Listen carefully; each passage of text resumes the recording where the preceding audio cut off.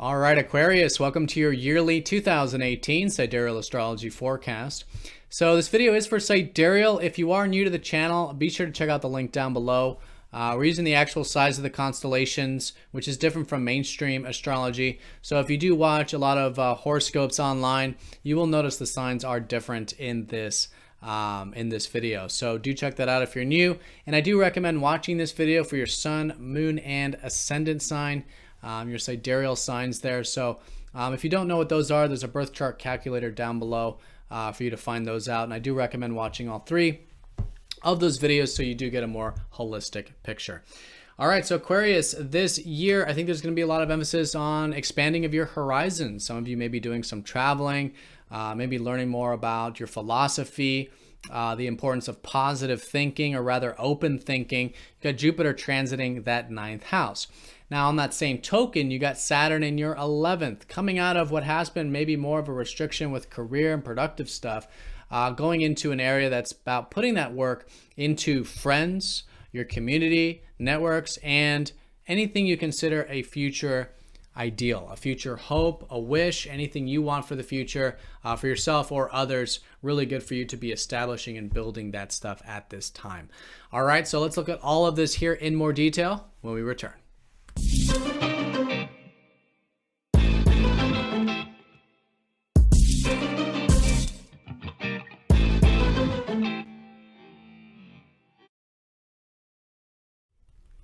All right, Aquarius, here is your chart for the year, looking at the outer planets, which are showing the collective energies, the general energies.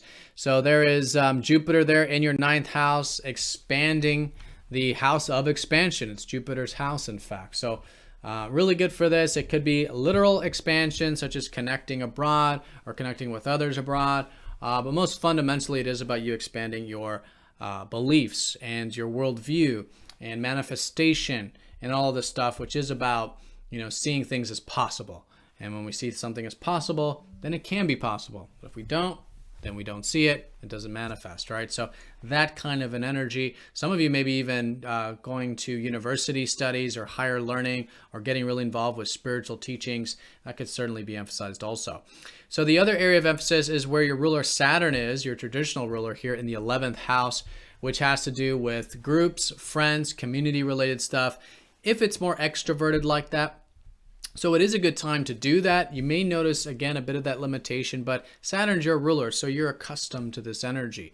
And so I would say, great year for this. Great year for connecting, networking, joining groups, organizations, and building them, being patient with it. There's going to be steps in the right direction here with this area throughout the year, but building it and whatever you consider your long-term future aspirations, also good to be building as well. So this is a very general reading. If you want a more specific look, I do recommend getting a yearly reading for your personal chart.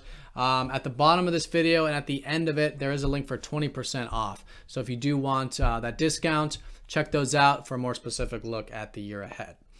But let's look at each of these month by month. So we have January 16th. Okay, January 16th, we have Jupiter sextiling up to Pluto. In fact, Jupiter's in very good aspect this year, again, with that 9th house of expansion. And so this is a good synergy between those two areas we just talked about. So it's the expansion and then also with your aspirations and group stuff. Now with Pluto, though, this has already been an area. This whole group stuff, this whole aspirations and stuff has been going through a transformation this past 11 years roughly with Pluto in this house. So if you've noticed that you've been developing more non-attachment to, say, friends or situations within groups or organizations, or need to be more non-attached with your future aspirations, this is now a very positive force for you where you're going to be willing to do this. You're going to be much more non-attached with this area. It can be very empowering. Again, you're building it with Saturn. And you can see opportunities with it. I think with this sextile, it's going to be opportunities with that friends sector and group stuff and with your future ideals and aspirations. Likewise, Pluto is giving positive energy into the 9th. So you could feel empowered to expand your horizons. If you're not traveling, maybe you're going for more walks or hikes or getting into the open range. Maybe some of you spending time with horses, which are ninth house as well. So expansion is the name of the game, and you have the empowerment to do that. So January 16th as well, we do have a new moon in that 11th house. So there could quite literally be new beginnings right off the bat in January, having to do with group stuff, having to do with your future aspirations. On the 31st of January, we do have a lunar eclipse. And although it's going to be in Cancer, I think it's going to be playing more of a role in Leo. And the reason is that we've had the North Node in Leo this past year and a half, which has been your 7th house of relationships. So you may have been noticing this past year and a half, you've been learning more about relationships. This area is likely developing. In fact, these first few months of the year, it really is a culmination and a cultivation of relationships and everything you've learned about them, and maybe even relationships or one in particular specifically. So this is a great time to be aware of this during this lunar eclipse, but these first few months, and then also maybe noticing a shift into your work. Because I think where the year is going to be pulling you towards as an undercurrent is going to be on your work, your routine, your health, your diet, your regimes, anything you do on that daily level that is helping you essentially improve yourself or help others improve through your service. So this is where the movement is, and what you may notice around February 15th is a solar eclipse in your 12th. And this is saying that if there's anything taken to an extreme involving your alone time or involving spirituality or psychology or this deeper stuff in life, it's good to bring this area back into balance. Maybe there's not enough of it. It's usually an over extreme with South Node, but sometimes it's not enough. So find out how you can bring some balance back to this area so it's more moderated, so you still have that receptive and tranquil energy in your life, but without any extremes, right? What's going to bring this back into balance? And maybe letting some things go to help do this. So great to do this status check around mid-February with this, and that is going to help you get into that routine and day-to-day, because it is through connecting to that beingness, to our alone time, to our rest, that we then have the ability to go into our work and our service, which is that 6th house. April 14th, we do have Jupiter sextiling Pluto for the second time. So if nothing was tangible involving expansion of your horizons or those aspirations or group stuff, I think it will by mid-April, because the second aspect is usually a little bit more tangible with this. So great for implementation, mid-April onward. How can you develop and cultivate these two key areas we've been talking about? Now, April 15th, the day after, we do have a new moon in Pisces, and it is going to be important because it's going to be involving Uranus. And Uranus has been in your second house of finance, of resources, and your self-worth this past 8 years. So if you notice a lot of volatility with your resources, inner and outer, this is Uranus helping you find more freedom with being your true self when it comes to your inner resources, your inner natural gifts, your inner true self. And as a result, seeing freedom with the material realm, that it's important to have material gains or security in order to have freedom, but vice versa, we don't want to become over attached to it. So it's finding that balance, and that's what Uranus has been helping you do. So new beginning with this could be new beginning materially for you, or with finances here, April 15th. April 25th, Jupiter is trining Neptune for the second time.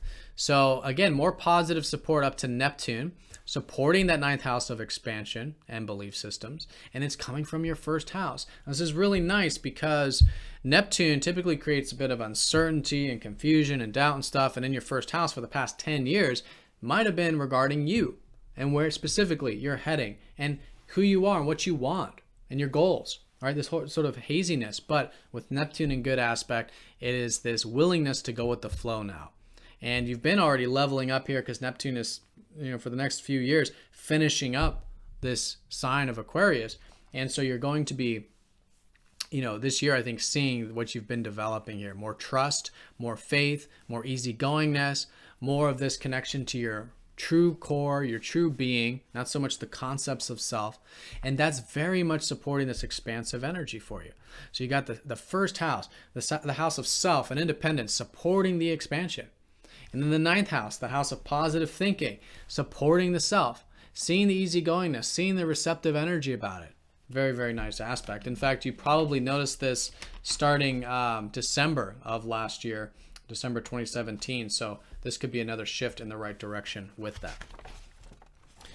June 28th, we have a full moon in Sagittarius. And so this is going to be the culmination of where, like I said, you're going to be taking steps when it comes to the group stuff or your aspirations. So this is another step in the right direction. And also on June 28th with this full moon, there is this awareness of self, because it is going to be conjunct to your ruler Saturn. So it's going to be illuminating you, illuminating how your progress is going with these things. And again, just taking it one step at a time, because Saturn's still there, but continuing to move that area forward. July 12th, partial solar eclipse in Gemini. Nothing major, but there could be a new beginning with self-expression, romance, kids, creative energy. Anything that is a creation of yours or you're passionate about, could be some new beginnings with that. July 27th, we have a lunar eclipse in that 12th. So this one's going to be more of a precise eclipse, more impactful. So at the end of July, all that stuff we were talking about how starting in February, there's this new beginning with spirituality, bringing more balance back to this area with health, with your psychology, with your spiritual self. This is where it really, I think, happens. And I think there is this, shift of maybe letting some things go. Any over extremes with escape or hiding away, or maybe there's some unhealthy habits you have in your life you're letting go of. And that's going to help bring some balance back for you to, again, start pursuing more of that routine work and day-to-day stuff, which is where the life path is taking you this year. August 11th, another partial solar eclipse, this one in Leo, again emphasizing more steps with relationships. So there could be some new beginnings with relationships August 11th. But again, it's just this whole continuous process unfolding this year with that area. It's completion with it. But this part of the year, really, you could say July all the way through October is really a completion time of the year. Because along with those lunar eclipses we talked about, we also do have, or that one lunar eclipse, we also do have Jupiter trining Neptune for the last time in August. So this is usually a culmination with the last aspect. And this is August 19th. So this support here between this now final integration of you being more receptive, not needing to know exactly who you are, where you're headed, but it's more empowering. And that's supporting your expansion of your horizons. Yeah, maybe if there's anything tangible involving you, your goals, that expansive energy could be solidifying around this mid-August time. September 12th, we do have the culmination of Jupiter sextile Pluto, more completion. And this one could be involving a bit of the, again, more steps in the right direction involving friends and involving your future aspirations. And again, more steps too with that importance of expansion in your life, that inspiration, that hopefulness, that open-mindedness. And then October 24th, we have a full moon completion with that Uranus. So we said how in April, there's some new beginnings with finances or your sense of self-worth being freeing. This is when things could culminate with that stuff, depending on what that's been about for you. All right, and then the last couple months of the year, November, December, Jupiter goes into your 10th house of career, expanding that area. So going into 2019, these last couple months, really, really good to see the big picture with your life and see where you can develop your career, your productive life, achievement, success, right? All of this stuff, which is about essentially your contribution back to the world, is really expanding. And you should see plenty of opportunities with this area. In fact, December 7th, we do have a new moon in your 10th house. So there could quite literally be some new beginnings with your career productive life to finish up the year. All right, so Aquarius, have a great year. Thank you for watching. If you do want that discount, click the link on the page for that. Wishing you the very best year, and I'll see you very soon for the next forecast. Take care.